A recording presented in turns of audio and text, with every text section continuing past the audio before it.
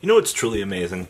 The amount of deck box material that the OCG produces. I mean, look at this. Alright, so here's that. And then this waifu culture, it takes the country by absolute storm. And oh, would you look at that? It's even called Girlfriend Beta. You gotta love this. There are even, I shit you not, there are even deck boxes for your waifu. Look at this.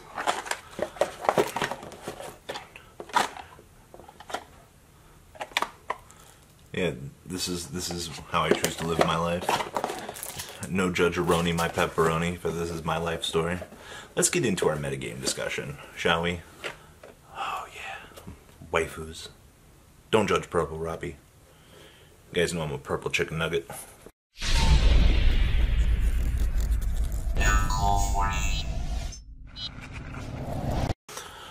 Anxious Purple Robbie returns with the best Barney / purple chicken nugget metagame discussion that we can have. Now, what's not going to be important in this video, we're going to talk about Tier 1 because I want to talk about Tier 1, but it's the Tier 2 right now that is very interesting, and it's like Tier 1.5, for what's actually been topping events. So guys, this will be your metagame discussion up until Circuit Breaker comes out. So you have, what, 2.5 weeks for this to be relevant for the beginning of October. And I know Seema already did one of these, and I did one for September. So a lot of things that changes. It's, like I said, the rogue spectrum that changes. So let's talk about our Tier 1, and then we can talk about the rogue, for those of you that want to hear about rogue. Best deck in the format right now is Pendulum Magician. Jeff Jones piloted the deck beautifully at the UDS. I've called it probably the most standard build that we could actually have seen for Pendulum Magician. Pendulum Magician, it's the best deck right now because it has the most versatility. And as we've always seen, the deck with the highest ceiling tends to be the deck that honestly gets the furthest in the competitive metagame. When you have a deck as versatile as that deck, granted the deck can be outed by our good friend any out to the tuner, and then the deck can't go down its main skill tree.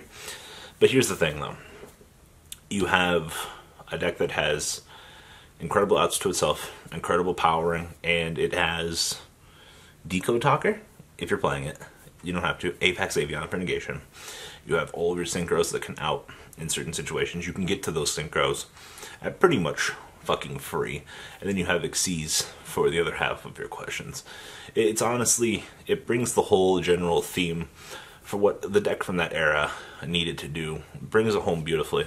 And the fact that Wavering Eyes can just trigger you to search for your time pendulum graph, search you for any more searchability that you honestly need for the deck, there's a reason why it's the best deck at the moment. And you have your core staples, and then you have what I'm going to say your variants, which is Apex Avion if you want to play it. If not, you can play other interesting things. But it's the best deck right now for the reason. Next up, number 2, Paleo. AKA, please Denko Daddy, don't hurt me anymore. I didn't deserve it. I didn't mean to set 5, please. So, Paleo, I feel like, is the deck that just masochists want to play. They're like, oh yeah, set 5. And it's like, punish me harder. And then they get Denko. They're like, oh yeah, like this. That's exactly what Paleo reminds me of. No, I'm not ragging on Paleo. You just have to understand that one card beats the deck. Scratch that. Zaphion called. We now have 2 outs to the deck. The fact that I can side 6 cards to beat Paleo now is outright stupid. I can't believe this is actually a thing now. But Paleo has one of the best toolboxes. It literally just took Miss Starboy to give the deck that final oomph. And I mean, we really haven't had anything touched in the TCG to really affect the deck's performance. You know, Totally Awesome still does what he does. You can't super overextend like you used to. I mean, like Triple Toad. The deck's a bit fairer now. It's as fair as Paleo can honestly get. But the deck has really good recursion, and that's one of the reasons why the deck will continue to be a contender for a while, just because of how resilient it is, and the fact that everything budget players wet dream 2.0. You know, totally awesomes were very cheap. Swap frogs and dual frogs were your only real issues that you guys had to get there. Number 3, these are in no order from this point on. Trickster. So, Trickster Reincarnation is the stupidest fucking card I've ever seen in the game of Yu-Gi-Oh! But the TCG, as opposed to the OCG, we're way more aggressive when it comes to beating these decks. And if your opponent opens up Cheesebird combo, you know, draw and Lockbird, double Trickster Reincarnation, or the Reincarnation you after you search, and you weren't prepared for the face down to be a Reincarnation, well, you know, you're going to have a bad time. The deck literally thrives on little to no interaction from the opponent. You know, chain summoning, Kadenia, Search, triple Licorice. Purple Trapeze Magician, or Trapeze Magician, whatever the hell its name is, single-handedly beats the deck. I see no resemblance. Maybe, hold on. Oh, I am Trapeze Magician. Literally the fact that we have an out to it in Pendulum Magician makes the matchup all the easier. Now, it depends if they're playing the Wind Witch engine. Adding a Crystal Wing is not particularly what I want to do. But we have outs already built in for the Trickster matchup playing Pendulum Magician. So, much like Paleo, the deck's only good against other Tier 1 decks that can't really handle what the deck does. Next up, Draco. You guys know every Draco Toolbox deck ever. You've got a Draco Spellbook, Draco Spellbook Invoked, Draco Spellbook.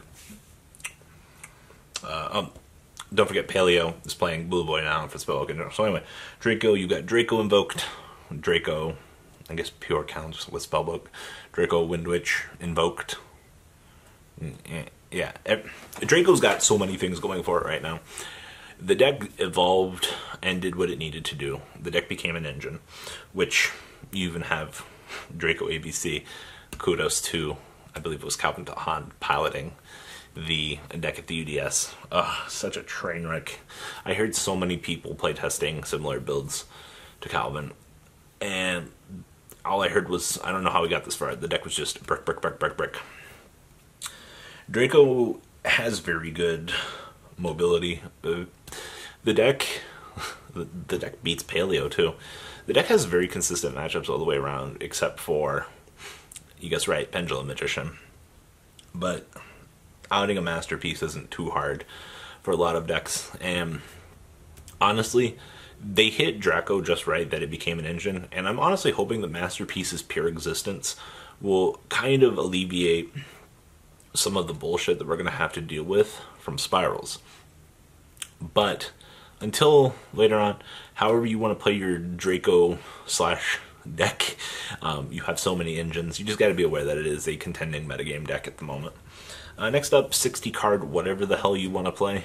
60 card Infernoid, 60 card Lightsworn, 60 card Infernoid Lightsworn, 60 card Lightsworn Shiranui. You have the entire field of 60 card variants, because Grass is just Snow is a broken card. We've known that Snow is a very ridiculous card for a while, but the fact that Ash Blossom exists and Grass is at 1 limits the plays that the deck can do. And this is one of those decks that you guys know it's good against other roguish decks. And you might be able to pull one off on a Pendulum Magician player. Outing a Pendulum Magician board might not be what your deck can handle at that point in the game. That's... Look at me. Come on. That's something that you'll have to make in your call while playing the deck. Because, granted, on the situation, whatever board you're making, or if your deck just kind of runs out of steam, it's going to be the issue you're going to have playing 60 card whatever. Can my deck keep up with the momentum that it needs to keep up?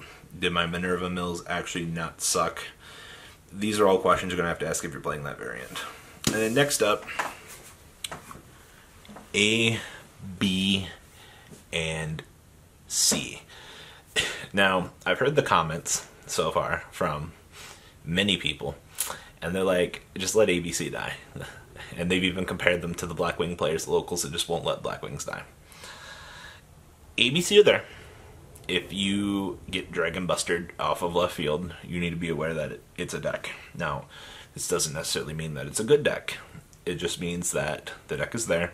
Dragon Buster Canyon, Union Hanger, the full engine is still in full effect. And if the deck comes out of left field and you're not prepared with system down, you're going to have a bad time. Because Dragon Buster is still a giant asshole, and he still is doing what he needs to be doing right now.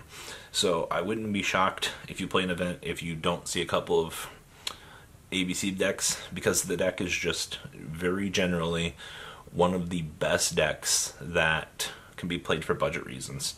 And I'm not saying that to be like, oh my god, buy ABC. No, don't do that.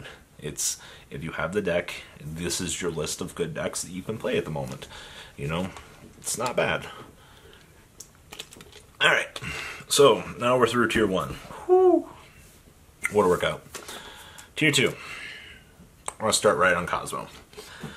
Ships, without Whiptail being in the metagame right now, ships. Watching Dark Eclipse around the field, watching Dark Destroyer, these untargetable effects, they're very hard to out right now. The fact that, what was it, the ARG list, guy had a 21 card side, his overall list wasn't terrible. It definitely, it gives rogue players a chance, because if you are sitting on a ship and your opponent can't out it while playing Tier 1, you're just in a very good position. Honestly, same thing if ships go against Paleo right now, you're probably in a good position. I mean, Dark Eclipser for a reason. You know, the deck has versatility. It's just, unfortunately, playing Cosmo, you're also playing against yourself. And, I mean, you can have some really bad scenarios come up where you just can't either get a pilot to tag out into a ship. And that's honestly the downside to why that deck probably isn't doing better at the moment. And plus, Lightsworn. But Robbie, what does Lightsworn do? Who doesn't love watching BLs do what BLs does? Next up on the Tier 2 binge right now. I'm only going to mention Cubics because if you're not aware of what Cubics do, and you play against them at a regional, and you're just like, holy shit, I'm taking 3,000 to the face. It's all about education, and I think the only reason why the deck did so well in Costa Rica was because I don't think people really were prepared to play against it. And he did finish X1 and 1. So if you're going through your Swiss rounds, and you're watching a Cubic guy just decimate people, be aware of your matchup, be aware of what you need to do to beat it. Just understand that if the 3,000's on the board, you need to generate something probably bigger than it to be able to out it. And if it does its thing against you, then you just better hope that the deck's not being super consistent towards you. It's honestly one of the things I feel about that deck. It's very good for what it is. After that Cubic shit, I'd be surprised if anything was good anymore. But it's none of my business, Mega Capital G. It's a very good Tier 2 deck. It's a very good solid rogue choice if you're going to go that path, but just make sure you know what you're doing when you're playing the deck, because I feel like one misplay will punish you massively. Next up, kudos to Asian Persuasion. He actually uploaded Blue Eyes. I believe Blue Eyes got 7th place at the St. Louis Regional. Return of the Dragon Lords. That's all I need to say about that deck. The fact that if multiple Dragon Lords resist, Jesus Christ, this is a Vanguard. If multiple Return of the Dragon Lords resolve, and I was talking about this probably in another video, my friend got Goliath with double return protecting it. I mean, what are you going to do? Solid outs, 2...